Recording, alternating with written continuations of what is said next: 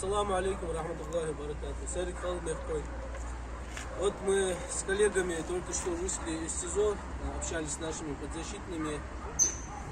Они сделали заявление, которое мы хотим зачитать общественности. Мы, ниже подписавшиеся, официально заявляем, что объявленную нами голодовку 16 марта 2021 года ввиду незаконной отмены решения суда об изменении меры пресечения в отношении Зарифы Саутиевой мы прекращаем в связи с тем, что с этой просьбой к нам обратились общественность, муфтият и Совет Тейпов Республики Ингушетия и иные лица, неравнодушные к нашей судьбе и к судьбе нашего народа. Кроме того, с этой просьбой к нам неоднократно массово обращаются жители нашей республики, граждане России в целом. С просьбой прекратить голодовку нас настоятельно просят наши защитники, всячески уговаривают нас об этом.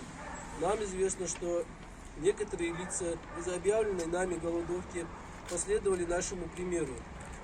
Мы всегда призывали всех к соблюдению закона, никогда не хотели нарушения порядка, в каком бы то ни было виде.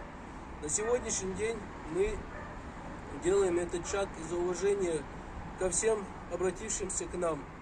И в первую очередь из-за уважения к нашим защитникам. Этим протестом мы хотели выразить свое несогласие с неправосудным решением в отношении нашей сестры Зарифы Саутиевой. Цель была в том, чтобы привлечь внимание мировой общественности к произволу и беззаконию,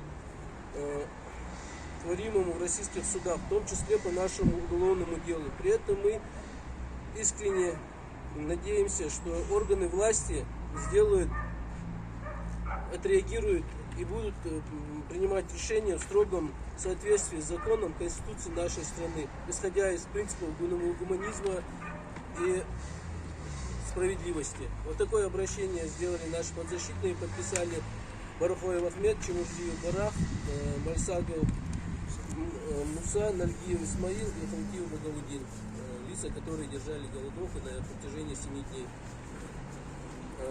Масляна Аллах, я слышал, дог меллязачины, обращение меллячины, сагат меллячины, Аллах башца буквы масляны.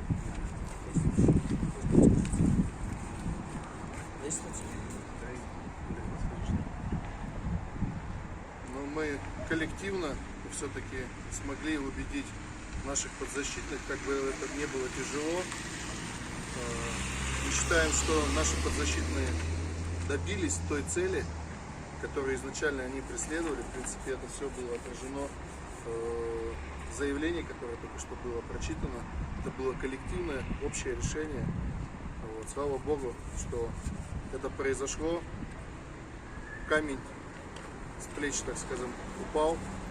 Вот. Теперь мы с полной ответственностью будем максимально эффективно использовать трибуну нашего суда для того, чтобы не только в судебном процессе, не только суд и прокуратура, но и все, кто стоит за этим, и в том числе общественность, народ, мировая общественность, чтобы все услышали, какой беспредел творится в рамках этого уголовного дела.